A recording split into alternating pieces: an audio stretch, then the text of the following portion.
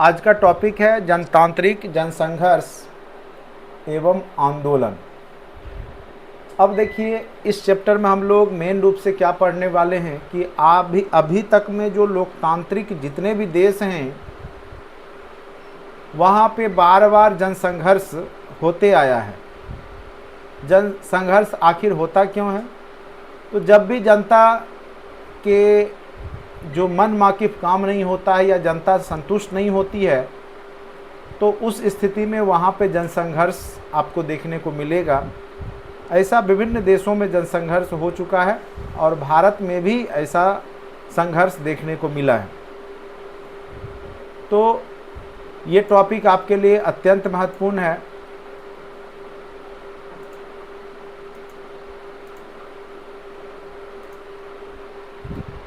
यहाँ से 2 से 3 क्वेश्चन निश्चित रूप से आएंगे और इस बार भी 4 क्वेश्चन यहाँ से पॉलिटिकल साइंस में पूछे गए थे।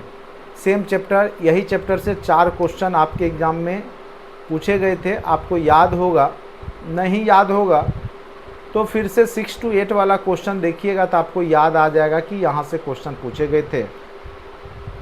अब देखिए है जनसंघर्ष आखिर क्यों होता है। जनसंघर्ष और आंदोलन तब शुरू होते हैं जब जनता वर्तमान व्यवस्था से संतुष्ट नहीं रहती है। कोई भी सरकार तभी सुचारू रूप से चल पाता है जब उसमें जनसंघर्ष ना हो, और जनसंघर्ष लोकतंत्र के लिए बहुत ज़रूरी होता है। बिना जनसंघर्ष के सही से लोकतंत्र भी नहीं चल पाता है। तो बीच बीच में जनसंघर्ष होना भी ज़रूरी होता है और वो मेन रूप से जनता की संतुष्टि के लिए ज़रूरी है।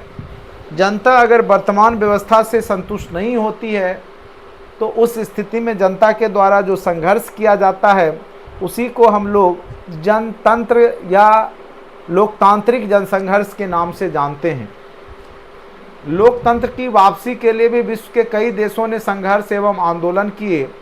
यही क्वेश्चन आपका पूछा था, किस देश में लोकतंत्र की वापसी के लिए जनसंघर्ष नहीं हुए हैं।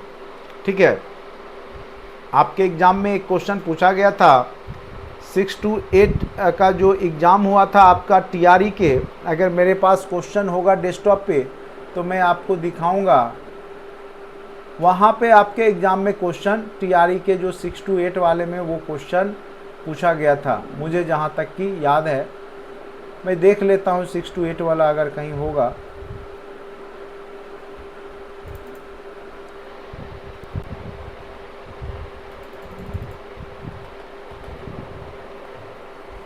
मुझे लगता है इस चैप्टर से 5 से 6 क्वेश्चन आपके एग्ज़ाम में पूछे गए थे, इसीलिए मुझे लगा ये चैप्टर आपको सबसे पहले पढ़ाया जाए, जिससे कि आपको अगर यहाँ से क्वेश्चन मिले तो आप लोग जो है इजीली बना लीजिए। और कुछ नहीं है, बहुत आसान सा टॉपिक है।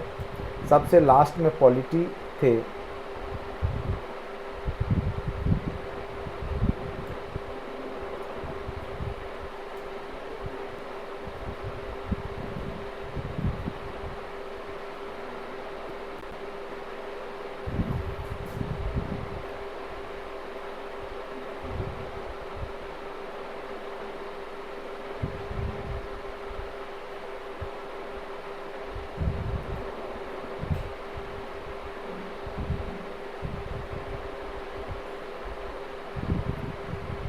देखिए, ये भी क्वेश्चन यहाँ से आएगा, भारत में पहली बार गैर कांग्रेसी सरकार का गठन कहाँ हुआ था। ये भी क्वेश्चन इसी चैप्टर से था। उसके बाद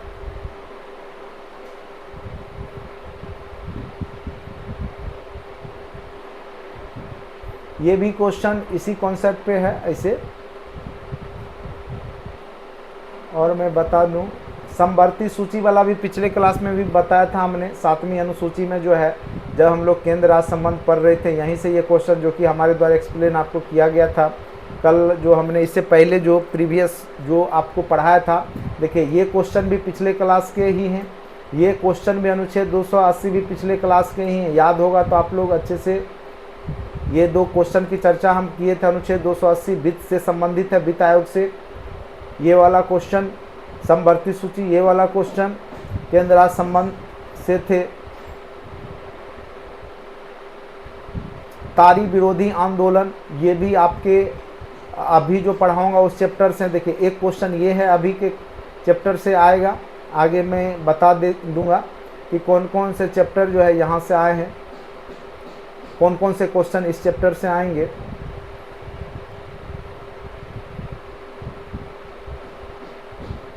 ये भी यहीं से क्वेश्चन आएगा अभी जो मैं पढ़ाऊंगा। ये भी क्वेश्चन हमने पिछले क्लास में बताया था, पंचायती राज व्यवस्था सरकार का सबसे निचला स्तर। ठीक है, मुझे लगता है ऊपर में ही वो क्वेश्चन चला गया जो मैं क्वेश्चन आपको बताना चाह रहा था कि यही चैप्टर से है। मतलब 3 से 4 क्वेश्चन यहीं से क्वेश्चन पूछे गए।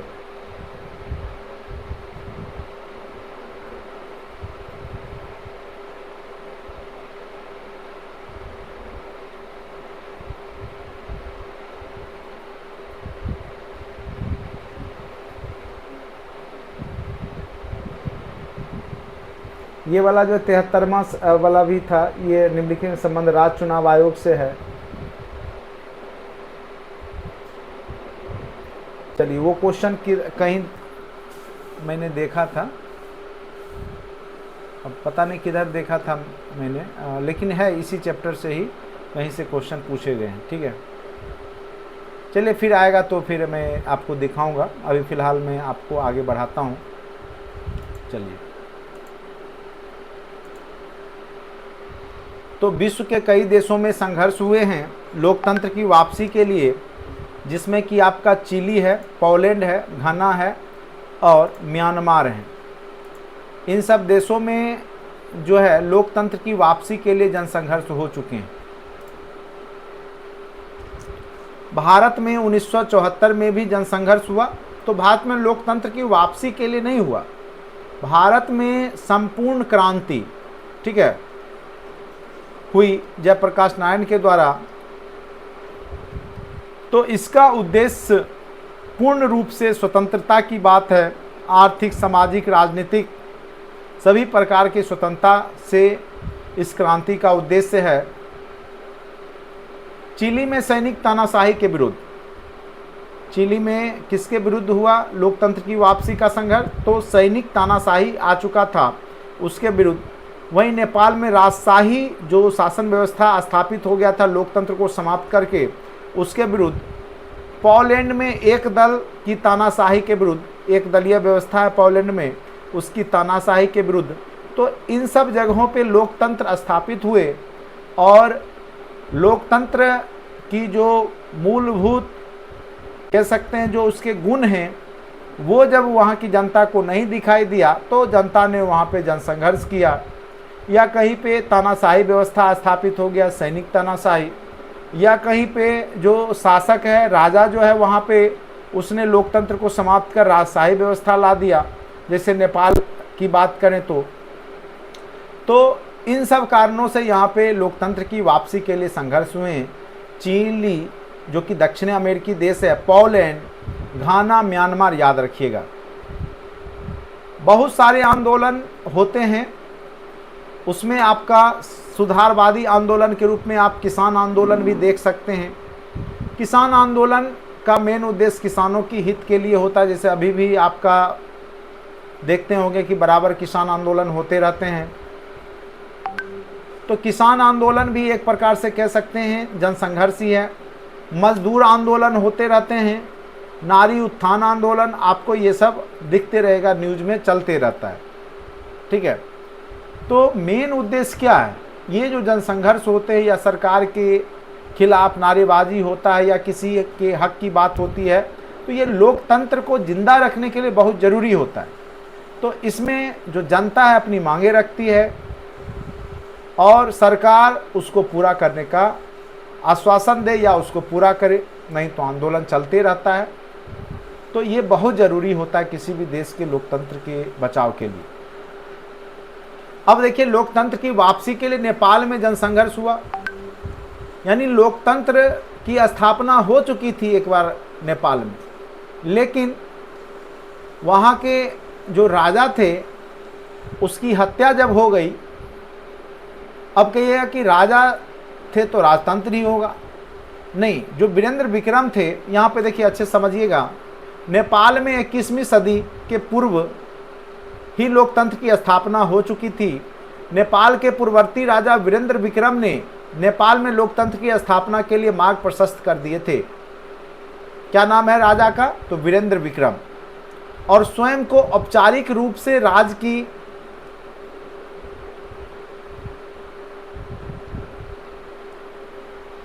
ये यहाँ पे मिस्टेक है, टाइपिंग मिस्टेक है, ठीक है।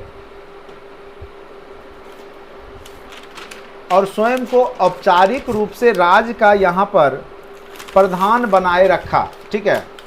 तो राज का प्रधान खुद ही बनते हैं, राज्य का प्रधान बनाए रखा। कुछ लाइन यहाँ छूट गया लगता है टाइपिस्ट को। औपचारिक रूप से राज्य की प्रधान की जो कुर्सी है वो खुद अपने पास रखते हैं, परंतु दुर्भाग्य से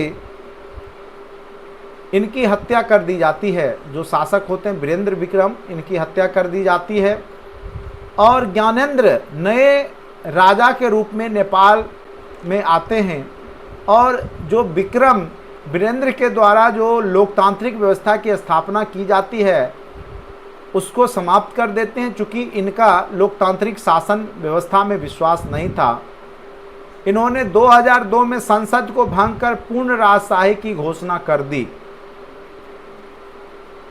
इन्हें विश्वास था जनता इनके साथ रहेगी, किंतु इनके विश्वास के विपरीत लोकतंत्र की वापसी के लिए देश के प्रमुख राजनीतिक दल आपस में समझौता किए। जो ज्ञानेंद्र हैं उनको लग रहा था कि जनता मेरे साथ है, राजतंत्र में जनता विश्वास करेगी, लेकिन ऐसा नहीं था। जनता ने विरोध किया और वहाँ की जो 7 छोटे छोटे पार्टियाँ थी, दल थी, उन्होंने गठबंधन किया और आगे चल करके माओवादी जो माओ से तुंग के विचारधारा पे चलते हैं उन लोगों ने भी इनका साथ दिया। किनका? तो जो 7 गठबंधन पार्टी मिले थे, ठीक है।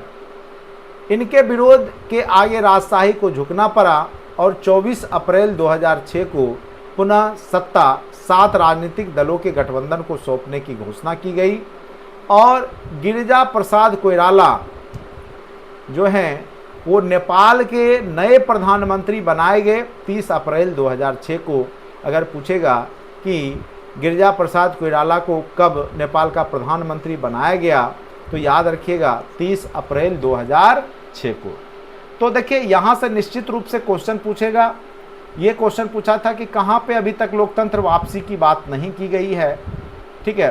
तो चिली, पोलैंड, घाना, म्यांमार, नेपाल, इन सब जगहों पे लोकतंत्र की वापसी की बात की जा चुकी है। जो भी ऑप्शन होगा, जो नहीं दिखेगा इसमें से, वो हो जाएगा जहां लोकतंत्र की वापसी की बात नहीं की गई है। अब आते हैं चिली में लोकतंत्र की वापसी। चूंकि विश्व पॉलिटी हम लोग पढ़ रहे हैं तो इसीलिए हम लोग को वर्ल्ड के बारे में भी थोड़ा बहुत जानकारी रखना होगा। दक्षिणी अमेरिकी देश है चिली। 11 सितंबर 1973 को लोकतंत्र समाप्त कर दिया गया था वहाँ, और वहाँ के सैनिकों ने सैनिक शासन स्थापित किया। चिली के तत्कालीन राष्ट्रपति जो उस समय थे ओएंदे, इनकी हत्या कर दी गई और शासन का बागडोर जो वहाँ का कैप्टन था सेना का जनरल अगस्तो पिनोसे ने हथिया लिया था। वह 17 वर्ष तक शासन किया चिली में, राष्ट्रपति बना रहा, किंतु जनता अंदर ही अंदर अपने लोकतंत्र को याद कर रही थी।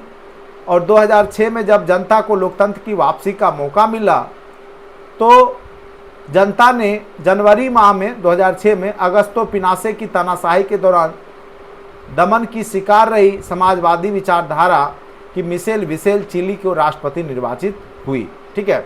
तो यहाँ पर भी लोकतंत्र की वापसी हुई। 17 वर्षों तक सैनिक का शासन रहा चिली में। फिर जब जनता को मौका मिला चुनाव के माध्यम से सरकार बनाने का, तो उसने अगस्तो पिनोसे को हराकर मिशेल बेसेल चिली को वहाँ का राष्ट्रपति बनाया, चिली का राष्ट्रपति बनाया मिशेल बेसेले को। तो ये याद रखिएगा, चिली में भी लोकतंत्र वापसी हुई। कब? तो 2006 ईस्वी में। अब बात करेंगे म्यांमार का। तो म्यांमार भी भारत के आज़ाद होने के साथ ही 1948 ईस्वी में, जिसको हम बर्मा बोलते हैं, वो भी आज़ाद हुआ।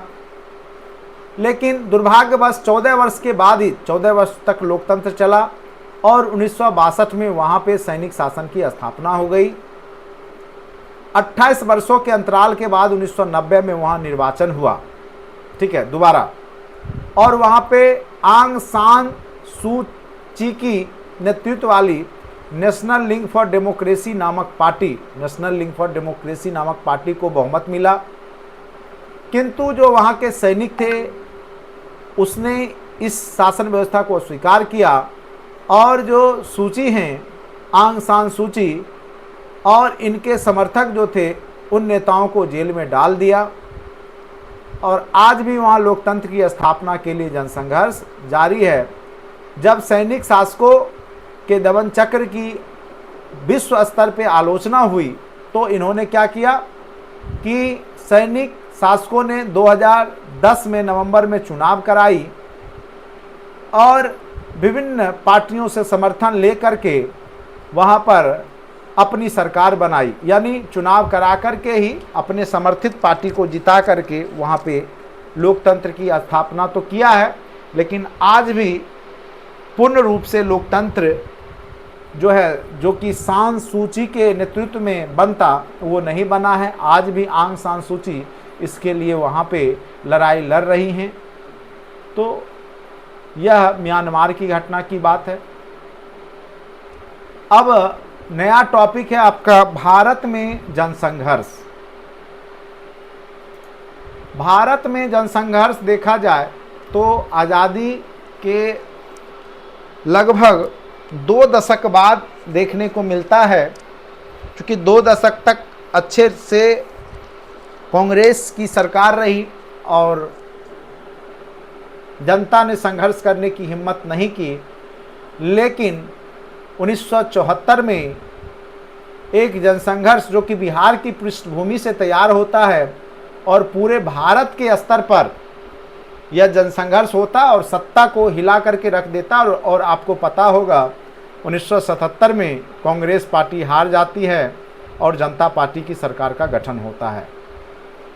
तो यहाँ पर देखिए, जनसंघर्ष का उद्देश्य केवल सत्ता की वापसी ही नहीं होता है, लोकतंत्र की स्थापना के लिए भी और जनता अपनी मांग मानने के लिए भी सरकार को विवश करती है। लैटिन अमेरिका, जो कि दक्षिण अमेरिका के एक देश बोलीविया में सरकार ने जलापूर्ति के निजीकरण का निर्णय लिया था कि वहाँ पे जल की आपूर्ति निजी कंपनी करेगी। लेकिन वहाँ की जनता ने संघर्ष किया। तो ये भी कई बार पूछ देगा कि बोलीविया में किस कारण से जो है वहाँ पे जनसंघर्ष हुआ, तो जलापूर्ति के निजीकरण के कारण वहाँ पे जनसंघर्ष हुआ। कहाँ पे? तो बोलीविया में। तो याद रखिएगा, बोलीविया जो कि लैटिन अमेरिकी दक्षिण अमेरिकी देश है, वहाँ पर जलापूर्ति के निजीकरण के निर्णय के खिलाफ वहाँ की जनता ने जनसंघर्ष किया था। फिर भारत में 1974 का जनसंघर्ष की पृष्ठभूमि बिहार के तत्कालीन सरकार के विरुद्ध, यानी उस समय कांग्रेस की सरकार थी, छात्र आंदोलन से तैयार हुई। 13 अप्रैल 1974 को दिल्ली के गांधी शांति प्रतिष्ठान में एक जनतंत्र समाज का गठन हुआ। तो कहाँ पे हुआ? तो 1974 के दिल्ली के गांधी शांति प्रतिष्ठान है, इंस्टीट्यूट है, वहीं पे जनतंत्र समाज का गठन हुआ। और धीरे धीरे पूरे देश में तत्कालीन कांग्रेस सरकार के विरुद्ध लोग संगठित हुए और यह आंदोलन जयप्रकाश नारायण की संपूर्ण क्रांति के नाम से प्रसिद्ध हुआ। और सरकार की, और इसी दौरान 1975 के आसपास सरकार को राष्ट्रीय आपात की घोषणा करनी पड़ी। किंतु यह जनसंघर्ष दबने की जगह और उग्र रूप लेता गया। और आपको पता होगा परिणाम स्वरूप 1977 में जब चुनाव हुआ, कांग्रेस बुरी तरीक़ा से हारा और जनता पार्टी पूर्ण बहुमत में आई। केंद्र में पहली बार गैर कांग्रेसी सरकार मोरारजी देसाई के नेतृत्व में बनी। यही क्वेश्चन पूछा था कि सबसे पहले किस राज्य में पूछा था, तो ये केरल हो जाएगा। लेकिन अगर पूछे देश स्तर पे किस पार्टी ने, गैर कांग्रेसी पार्टी ने सबसे पहले जो है कांग्रेस को हराया, तो जनता पार्टी। याद रखिएगा कब? तो 1977 ईस्वी में। कब? तो 1977 ईस्वी में। ये अत्यंत ही महत्वपूर्ण लाइन है, एकदम निश्चित रूप से आपके एग्जाम में फिर से देखने को मिलेगा। बहुत सारे जन आंदोलन भी होते आए हैं सरकार के खिलाफ में, लोकल बॉडी के द्वारा, लोकल लोगों के द्वारा। उसी में चिपको आंदोलन उसी का एक महत्वपूर्ण आंदोलन के रूप में है। आपको पता होगा, ये क्वेश्चन 125 में भी TRE 1 में पूछे गए थे। 1970 के दशक में उत्तर प्रदेश, यानी जो कि अभी उत्तराखंड का पार्ट बन चुका है, उस समय तो उत्तर प्रदेश ही था, पेड़ों को काटने से बचाने के लिए वहाँ पे जो वहाँ की महिलाएं थी या उस जंगल के आसपास जो लोग रह रहे थे उत्तराखंड में, उन्होंने पेड़ से चिपक करके पेड़ को काटने से रोका, कटने से बचाया। तो इस कारण से इसका नाम चिपको आंदोलन रखा गया। तो ये पर्यावरण संरक्षण को भी दर्शाता है, साथ साथ वहाँ के लोकल लोगों के द्वारा अपने हक की लड़ाई लड़ी गई। चूँकि जंगल जो होता है, जो ज़मीनें हैं, वहाँ के जो जनता है, लोकल जनजातीय लोग, चाहे जो भी लोग हैं, उनके लिए है और उनके संरक्षण के लिए बहुत ज़रूरी है पर्यावरण संरक्षण करना। तो उससे जुड़ा हुआ आंदोलन चिपको आंदोलन है, 1970 के दशक में हुआ उत्तराखंड में, याद रखिएगा। उसके बाद राजनीतिक दलों से स्वतंत्र आंदोलन। भारत में दलगत राजनीति से दूर रहकर भी अनेक स्वयंसेवी संगठन सामाजिक विकास के लिए आंदोलन चलाते रहे। बहुत सारे संगठन हैं जिनका उद्देश्य राजनीतिक नहीं होता है, किसी पार्टी में नहीं रहते हैं, लेकिन वो अपने हक की लड़ाई लड़ते रहते हैं। उनका उद्देश्य चुनाव लड़ना नहीं होता है। इसी को हम लोग बोलते दबाव समूह के रूप में भी हम बोल सकते हैं कि ये दबाव समूह है। वो सरकार पे दबाव बनाती है, अपनी मांगों को रखती है। जैसे किसान का जो आंदोलन, किसान नेता जो होते हैं, किसान का जो अपना एक संघ है, किसान का संघ, या मजदूरों का संघ है, या कोई नारी उत्थान का जो संघ है, तो उन सब का उद्देश्य केवल और केवल क्या होता है कि अपने हित की पूर्ति करना। इसीलिए उसको हित समूह भी कहा जाता है या दबाव समूह भी हम कह सकते हैं। उनका उद्देश्य राजनीतिक लाभ लेना नहीं होता है, याद रखिएगा। हाँ, उसके आड़ में बहुत सारे नेता राजनीतिक लाभ जरूर लेते हैं, लेकिन जो भी दबाव समूह होता है वो अपने हक की लड़ाई केवल लड़ते हैं, इसीलिए उनको दबाव समूह कहा जाता है, उनको राजनीतिक दल नहीं कहा जाता। अभी देखिए, एक क्वेश्चन पूछा था आपको तारी विरोधी। देखिए यही क्वेश्चन आपको आपके एग्जाम में अभी हमने आपको दिखाया, तारी विरोधी आंदोलन कहाँ हुआ। देखिए यही क्वेश्चन था, अभी तुरंत हमने आपको दिखाया था 6 to 8 में। ये क्लास नोट्स के ही है, तारी विरोधी आंदोलन। अभी तुरंत हमने आपको दिखाया था, किधर गया तारी विरोधी, लास्ट में था, आपने देखा होगा। ये क्वेश्चन पूछा था तारी विरोधी आंदोलन। तो कोई क्वेश्चन बाहर से नहीं रहता है, सारे क्लास, ये भी 2 क्वेश्चन के पिछले क्लास के आए हैं। अब सब सेम टू सेम तो क्वेश्चन मिलेगा नहीं। देखिए, तारी विरोधी आंदोलन की शुरुआत किस राज्य में हुई, और नोट्स में आपको दिख जाएगा तारी विरोधी आंदोलन। तारी विरोधी आंदोलन दक्षिण भारत के आंध्र प्रदेश में महिलाओं द्वारा चलाया गया आंदोलन था, जो कि आंध्र प्रदेश के नेल्लोर जिला में लगभग 5000 गांव की महिलाओं ने तारी विरोधी, जो नशाखोरी है उसके विरोध में वहां पर आंदोलन किया था। ठीक है, बंद कराने हेतु, नशा बंद कराने हेतु, तारी बंद कराने हेतु। अब यहाँ पे हम लोग पढ़ेंगे, जैसे पिछले बार तारी आंदोलन पूछा, तो अब पूछ सकते हैं दलित पैंथर्स कहाँ के एक युवकों का संगठन है। तो याद रखिएगा, ये महाराष्ट्र के दलित युवकों का संगठन है, जिसका की स्थापना 1972 ईस्वी में किया गया। यह संगठन मुख्य रूप से जाति आधारित असमानता, भौतिक साधनों के मामले में अपने पथ को अपने साथ हो रहे दुर्व्यवहार या अन्याय के विरोध में महाराष्ट्र के जो दलित युवक हैं उन्होंने एक संगठन बनाया, और आगे चल कर के इन्होंने अपनी कई तरह की मांगे रखनी शुरू की, जो भी राजनीतिक दल होता है उससे। तो ये भी एक प्रकार से दबाव समूह के रूप में आप कह सकते हैं। अब देखिए, भारतीय किसान यूनियन का आंदोलन है। देखिए, किसान यूनियन का काम क्या है कि समय समय पर किसानों की हक की बात करना।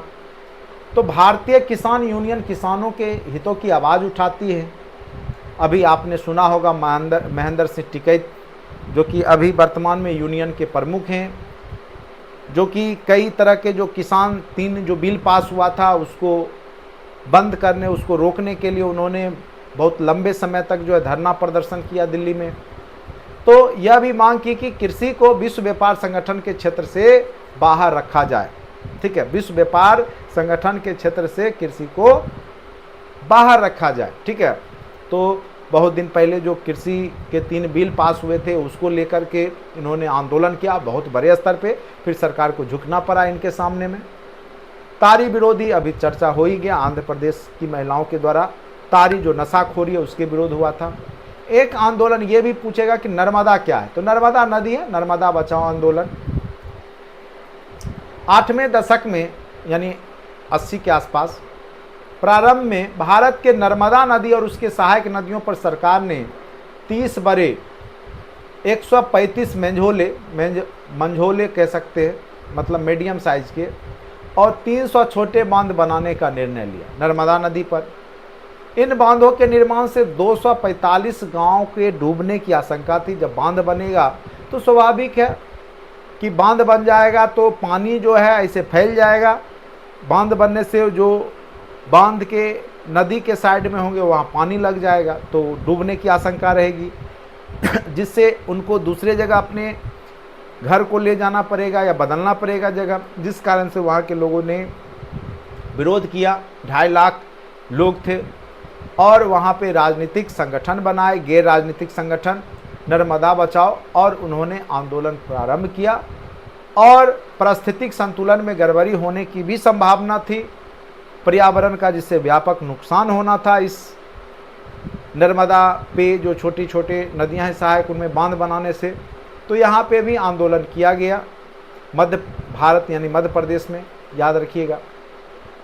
तो ये भी एक प्रकार से कह सकते हैं एक आंदोलन हुआ आपके देश में। अब देखिए यहाँ से भी क्वेश्चन, आपको एक क्वेश्चन पूछा गया था कि इंफॉर्मेशन जो सूचना का अधिकार है, राइट टू इंफॉर्मेशन, वो कब लाया गया और किस राज्य में पहले लाया गया। तो ये क्वेश्चन अत्यंत महत्वपूर्ण है, वीवीआई है, याद रखिएगा। सूचना का अधिकार आंदोलन, इस आंदोलन की शुरुआत 1990 में राजस्थान के मजदूर किसान शक्ति संगठन के द्वारा किया गया। याद रखिएगा, शुरुआत कब हुआ? 1990 में। जब भी ये मजदूर अपनी न्यूनतम निर्धारित मजदूरी मांगने जाते सरकार से कहते, तो उनको कहा जाता कि दस्तावेज के अनुसार काम नहीं हुआ है। जब दस्तावेज के अनुसार काम होगा तो आपको पूर्ण रुपया निर्धारित मिलेगा। तो स्वाभाविक सी बात है, मजदूरों ने कहा चलो भाई दस्तावेज दिखाओ कि दस्तावेज के अनुसार काम क्या है। तो सरकार ने, वहाँ की सरकार बोले कि यह गोपनीय है, यह बताया नहीं जाएगा। ठीक है, तो इसको लेकर के वहाँ के जो मजदूर संघ थे उन्होंने आंदोलन किया और फिर सरकार को, राजस्थान सरकार को झुकना पड़ा। और 2000 ईस्वी में राजस्थान में सूचना का अधिकार संबंधी कानून बना और फिर बाद में आके कांग्रेस ने 2005 में पूरे देश में राइट टू इंफॉर्मेशन एक्ट अधिनियम पारित किया। तो ये अत्यंत महत्वपूर्ण, यहाँ से क्वेश्चन निश्चित रूप से आपके एग्जाम में पूछे जाएंगे। वीवीआई है, मैं जितना टॉपिक पढ़ाता हूँ सारे महत्वपूर्ण होते हैं और सारे से क्वेश्चन आते हैं, इस बात का फुल गारंटी रहता है। निश्चित रूप से आपको ये टॉपिक से क्वेश्चन आएगा तो आएगा, फिक्स रखिएगा। और जो जो चैप्टर पढ़ाता हूँ मैं क्या बोलता हूँ, 2 क्वेश्चन फिक्स रखिएगा, 2 क्वेश्चन 1 क्वेश्चन, इसलिए बोलता हूँ कि फिक्स रहता है। वहाँ से आप देखिएगा इस क्वेश्चन इस टॉपिक से फिर आएगा। अब देखिए यहाँ पे टॉपिक में हम लोग पढ़ेंगे जनसंघर्ष में राजनीतिक दलों एवं दबाव समूहों की भूमिका। आखिर जनसंघर्ष में राजनीतिक दल और दबाव समूह की क्या भूमिका है, आखिर दोनों में अंतर क्या होता है, राजनीतिक दल और दबाव समूह में अंतर क्या होता है, ये भी आपको समझना पड़ेगा। उम्मीद करते हैं कि आप लोग अच्छे से समझ पा रहे होंगे। देखिए ये क्लास जो है सभी लोग के लिए है, पॉलिटी का क्लास है और ये बीपीएससी के किसी भी कंपटीशन में बैठिएगा, एचएम, टीआरई 3 कोई अलग नहीं होता। आपको यही चीज़ मैं बार बार समझाता हूँ कि बीपीएससी के जितने भी एग्ज़ाम हैं लगभग सब में ये क्वेश्चन पूछे जाएंगे। 1 to 5 में भी पूछा जा सकता है, 6 to 8 में भी, 9 to 12 में भी, एचएम में भी, तो उसके लिए कोई अलग से क्वेश्चन आपको नहीं बनाएगा, क्योंकि जीके जीएस मतलब पूरा 9, 10, 11, 12, 6 to 8 को कहीं से क्वेश्चन बनाया जा सकता है। ठीक है, तो चुपचाप शांति से जो पढ़ा रहे सभी लोग पढ़िए, जिनके में जीके जीएस पढ़ना है वो सब लोग पढ़िए, बाकी जिनको जीके जीएस नहीं पढ़ना है, ऐसा तो है ही नहीं कि इनको किसी को नहीं पढ़ना है, तो जो पढ़ा रहे हैं पढ़ते रहिए। कौन क्वेश्चन कहाँ पूछेगा, ये सीटेट का एग्जाम थोड़ा ही है कि ये जो है 1 to 5 में पूछेगा, ये 6 to 8 में पूछेगा। सीटेट और बीपीएससी में आकाश जमीन का अंतर है। ठीक है, जहाँ पे सीटेट का सोच खत्म होता है या टीईटी का सोच खत्म होता है, उसके बाद से बीपीएससी का स्टार्ट होता है। आप जहाँ तक नॉलेज गेन किए हैं सीटेट या टीईटी के लिए, उसको छोड़ दीजिए, वहाँ से अप जाइए, अब बहुत आगे। तो यहाँ पे बार बार ये चर्चा करना कि किसके लिए है, एचएम के लिए है कि टीआरई के लिए है कि प्रशासनिक सेवा के लिए है, ये सब के लिए है। ये पूछना भी बेवकूफ़ी होगी आपको। बार बार मैं इस चीज़ को चर्चा किया हूँ कि जितने भी टॉपिक हैं सभी लोग पढ़ के रखिए, और नहीं तो फिर कहिएगा कहाँ से क्वेश्चन पूछ दिया, ये तो पढ़े ही नहीं, ये तो कभी देखे ही नहीं, अल्टर क्वेश्चन पूछ दिया, आउट ऑफ सिलेबस पूछ दिया, बहुत टफ पूछ दिया। बाद में बोलेंगे 80 का टफ जाएगा तो आप लोग गाली लिखिएगा। तो आप नहीं पढ़े तो इसका मतलब थोड़े ही कि कोई नहीं पढ़ा। आपको जानकारी नहीं है सिलेबस का क्या पढ़ना है, तो आपने नहीं पढ़ा। जो पढ़ के जाएंगे वो 80, 90, 95, 120 में 110 तक ले आएंगे, कोई बड़ी बात थोड़ी है। चलिए, विभिन्न वर्गों के संघों के माध्यम से आंदोलन करके सरकार को अपनी मांग मानने के लिए बाध्य किया जाता है, इसे ही दबाव समूह के नाम से जाना जाता है। यानी कोई भी वर्ग है अपने हित के लिए एक संघ बनाता है और अपनी मांग रखता है, तो उस समूह को दबाव समूह कहा जाता है। नेपाल में 7 राजनीतिक दलों के गठबंधन तथा माओवादियों के सहयोग से जनसंघर्ष सफल हुआ। म्यांमार में नेशनल लिंक फॉर डेमोक्रेसी नामक राजनीतिक दल की नेत्री आंग सान सूची के नेतृत्व में लोकतंत्र की वापसी जनसंघर्ष जारी रहा। बोलीविया में फेडकोर नामक संगठन के नेतृत्व में जनसंघर्ष चला। ये भी क्वेश्चन पूछ सकता है, फेडकोर कहाँ की संगठन है? बोलीविया का है, जिसे किसानों, मजदूर, छात्र संघों और सोशलिस्ट पार्टी नामक राजनीतिक दल का भी समर्थन प्राप्त था। तो फेडकोर याद रखिएगा कहाँ का संगठन है, तो बोलीविया का है। भारत में 1974 के जयप्रकाश नारायण के जन आंदोलन, तो पूछ देगा कि जो जयप्रकाश नारायण के द्वारा संपूर्ण क्रांति की शुरुआत की गई, कब की गई थी, कितना ईस्वी में? तो 1974 ईस्वी में, जिसमें छात्र, वकील, शिक्षक ने समर्थन दिया। ठीक है, और आगे चल करके राजनीतिक दलों ने भी इसको, जनता जो आपका पार्टी है उसने समर्थन दिया। लोकतांत्रिक राजनीतिक व्यवस्था में दबाव समूह की उपयोगिता, सरकार को सजग बनाए रखना। तो दबाव समूह समय समय पर सरकार की कमियां और अपनी जो जनता की आवश्यकता है उसको रखती है और उसको पूरा करवाती है। आंदोलन को सफल बनाती है। जैसे नर्मदा बचाओ आंदोलन किया तो उससे वहाँ 2.5 लाख लोग जो उस क्षेत्र में बाढ़ पीड़ित जाते वो बच गए। नारी सशक्तिकरण के लिए बहुत सारी नारी संगठन हैं जो कि कार्य करते रहती है। सूचना का अधिकार के लिए देखिए मजदूर संघ ने राजस्थान में शुरुआत किया 2000 में, और फिर 2005 में पूरे देश में लागू हुआ राइट टू इन्फॉर्मेशन एक्ट। जैसे काम पाने का अधिकार के तहत फिर आगे चल के मनरेगा जैसे कार्यक्रम स्टार्ट हुए। शराब विरोधी आंदोलन हुए, पर्यावरण संरक्षण आंदोलन हुआ, जैसे चिपको आंदोलन वगैरह हुआ, बाल श्रमिक बचाने के लिए हुए। तो ये सब दबाव समूह बने और इन्होंने इन सब के हितों की रक्षा की बात की। इनका उद्देश्य कोई राजनीतिक लाभ नहीं लेना बल्कि अपने हित को साधना था, बस सिंपल सी बात। चलिए, वही दबाव समूह होता है जिसका उद्देश्य राजनीतिक हित नहीं होता है, राजनीतिक चुनाव में जीतना नहीं होता है, सत्ता हथियाना नहीं होता है, बल्कि उनका उद्देश्य कल्याणकारी, जो अपने लिए जो उनको नीड है, जरूरत है, वो पूरा करने में वो भूमिका निभाते हैं। राजनीतिक दलों पर भी ये प्रभाव डालते हैं। जितने भी आपके दबाव समूह हैं, राजनीतिक दल जो भी है उस पर भी प्रभाव डालेंगे। दबाव समूह सक्रिय राजनीति में हिस्सा तो नहीं लेते, परंतु अपने उद्देश्य की पूर्ति के लिए राजनीतिक दलों को प्रभाव डालते हैं। जैसे झारखंड मुक्ति मोर्चा, आगे चल करके फिर वो क्या बन गया, पार्टी बन गया। असम गण परिषद, सत्ता के ऊपर दबाव बनाए रखना लोकतंत्र की सफलता के लिए एक आवश्यक शर्त है। इसीलिए दबाव समूह को भी कई बार अदृश्य सरकार की संज्ञा दी गई। तो कई बार पूछेगा किसे अदृश्य सरकार की संज्ञा दी गई है, तो याद रखिएगा दबाव समूह को अदृश्य सरकार की संज्ञा दी गई है। तो इस प्रकार आपने देखा कि सारे क्वेश्चन, कम से कम 4 क्वेश्चन इन टॉपिक से आपके एग्जाम में, टीआरई के एग्जाम में पूछे गए हैं और फिर पुनः पूछे जाएंगे। इसीलिए हमने आपको ये टॉपिक को अच्छे से समझा दिया। नोट्स व्हाट्सएप ग्रुप में भेज दिए गए हैं। जो लोग अभी तक कोर्स से नहीं जुड़े हैं निश्चित रूप से जुड़िए। अब इसके बाद हम लोग थोड़ा ऑब्जेक्टिव सेशन कर लेते हैं।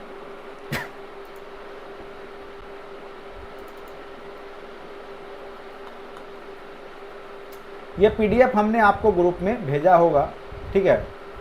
और यहाँ पर ये जो सारे क्वेश्चन हैं उसके आंसर भी लास्ट में आपको दे दिए गए हैं, ठीक है।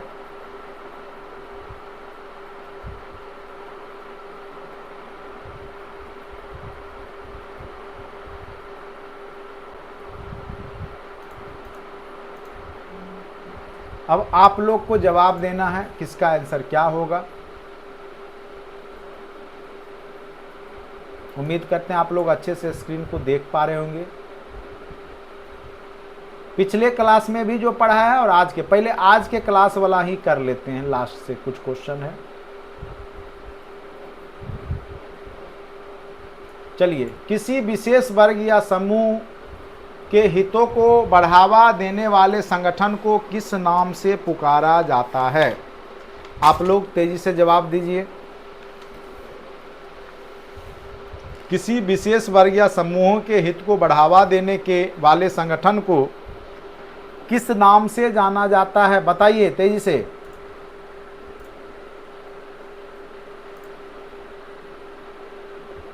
आंदोलन, हित समूह, बताइए तेजी से।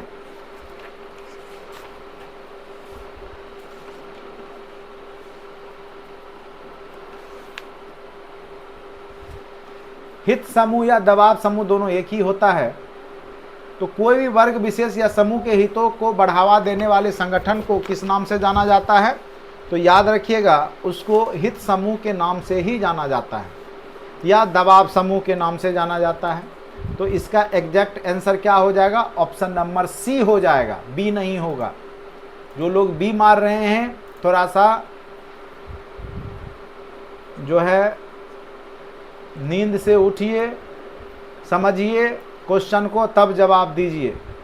किसी विशेष वर्ग या समूह के हितों को बढ़ावा देने वाले संगठन को, तो क्या है? समूह के हितों को बढ़ावा देना है, किसी विशेष वर्ग या समूह के हित, तो उसको हम लोग हित समूह या क्या कहते हैं? दबाव समूह कहते हैं। इसका आंसर क्या हो जाएगा? ऑप्शन नंबर सी हो जाएगा।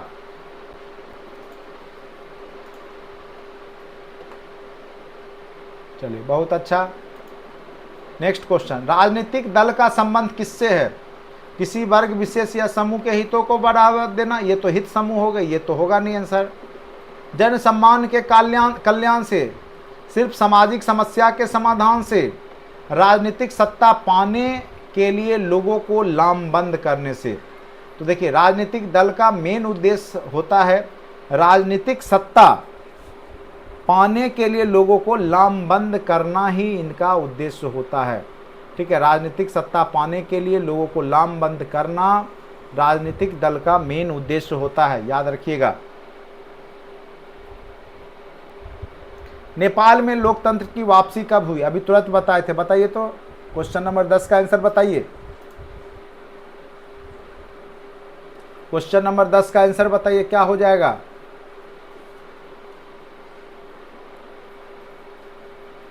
क्या हो जाएगा आंसर? 2006 में।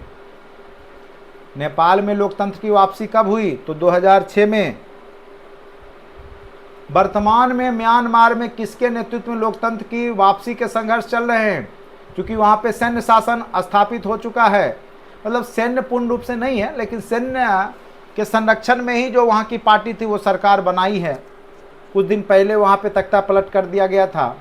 तो याद रखिएगा आंग सान सूची के नेतृत्व में ये चल रहा है। तो ये सब महत्वपूर्ण है। चिपको आंदोलन किनके द्वारा चलाया गया था? बताइए, चिपको आंदोलन उत्तराखंड में हुआ था, किसके द्वारा चलाया गया था?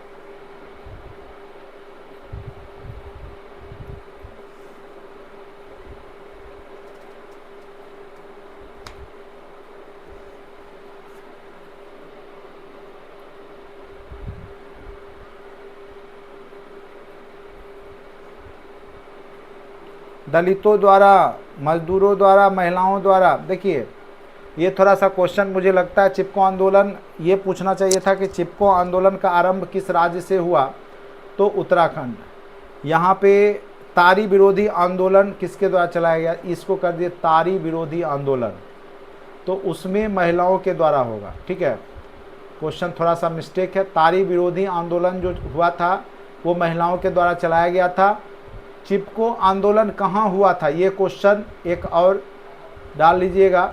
चिपको आंदोलन जो हुआ था वो उत्तराखंड में 1970 के दशक में। इसमें चूँकि सभी तरह के लोग शामिल थे, किसान भी होंगे, दलित भी होंगे, मजदूर भी होंगे, महिला भी होंगे, तो चिपको आंदोलन, अगर ये क्वेश्चन रहे कि कौन शामिल थे, तो सभी तरह के लोग उसमें शामिल हुए थे। किस संगठन ने बिजली की दरें कम करने के लिए मेरठ में प्रयत्न किए थे, तो याद रखिएगा भारतीय किसान यूनियन ने ऐसा काम किया था। सूचना का अधिकार आंदोलन, ये महत्वपूर्ण है। सूचना का अधिकार आंदोलन की शुरुआत किस राज्य से हुई थी 2000 ईस्वी में? अभी तुरंत थ्योरी में पढ़ाए थे आप लोग, मारे होंगे सही, राजस्थान।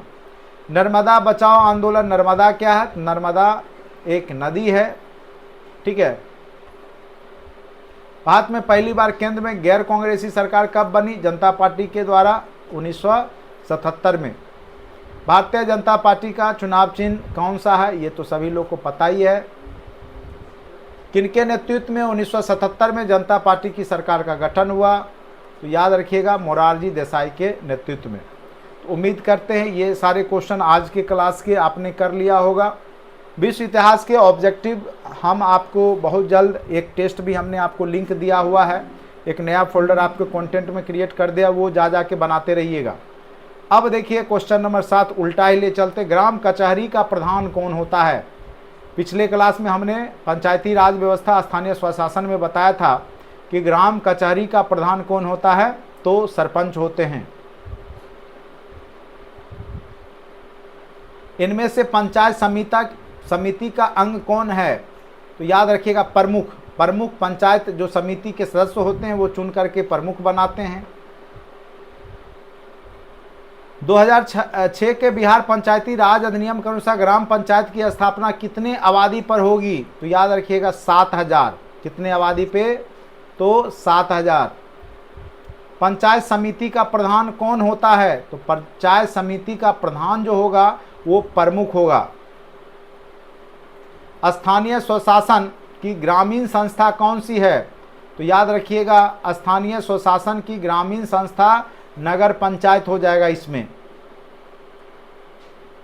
बिहार में पंचायत राज संस्थाएं हैं, तो बिहार में कितने स्तर का है? तो त्रिस्तरीय है। याद रखिएगा बलवंत राय मेहता समिति त्रिस्तरीय है बिहार में।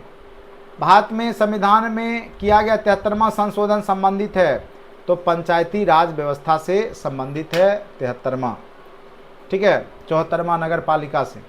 उम्मीद करते हैं कि आपको यहाँ से क्वेश्चन, और 1992 में किया गया था, ये क्वेश्चन भी पूछे गए थे। उम्मीद करते हैं आपको ये सारे टॉपिक अच्छे से समझ में आ गए होंगे, ऑब्जेक्टिव भी आपने बना लिया। तो इसी तरीक़ा से आपके जो बेसिक चैप्टर हैं जो कि 9th-10th के हैं, वो भी जहाँ से क्वेश्चन पूछे जा रहे हैं आपके एग्ज़ाम में, मैं कवर करवा दूंगा। आपको कहीं भी परेशान होने की ज़रूरत नहीं है। निश्चित रूप से आपके एग्ज़ाम के लिए सारे टॉपिक जो हमने आपको पढ़ाया है महत्वपूर्ण है, और आप लोग निश्चित रूप से सफल होंगे। बस जो जो चैप्टर आपको पढ़ा रहा हूँ, जैसे जैसे बता रहा हूँ, वैसे वैसे करते रहिए। अगर अभी तक आपने कोर्स नहीं लिया है तो निश्चित रूप से कोर्स से जुड़ जाएं। उसमें आपको सारा PDF, video lecture, math, reasoning, test series, सारे जितने भी हैं सारे टॉपिक हमारे द्वारा कवर किए गए हैं। हिस्ट्री, ज्योग्राफी, पॉलिटी, इकोनॉमिक्स, सारा चैप्टर आपका जो महत्वपूर्ण है वो सारा आपको पढ़ाया गया अच्छे से, तो निश्चित रूप से आपको बहुत ज़्यादा फायदा कारक होगा। आज के वीडियो लेक्चर में इतना ही, धन्यवाद।